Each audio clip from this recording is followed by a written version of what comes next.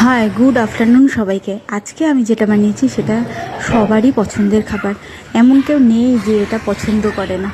আর তারপর আমি বাইরে চলে গেলাম লেবু পাতা তুলতে। আর এই খাবারটাতে লেবু পাতা দিলে গন্ধটা এত ভালো আসে কি বলবো।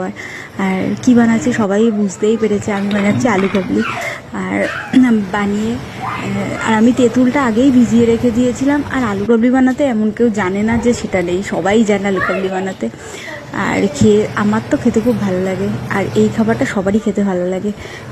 কারোর এই খাবারটা অপছন্দ এরকম এখনও শুনিনি, সবারই এটা খুব পছন্দের খাবার।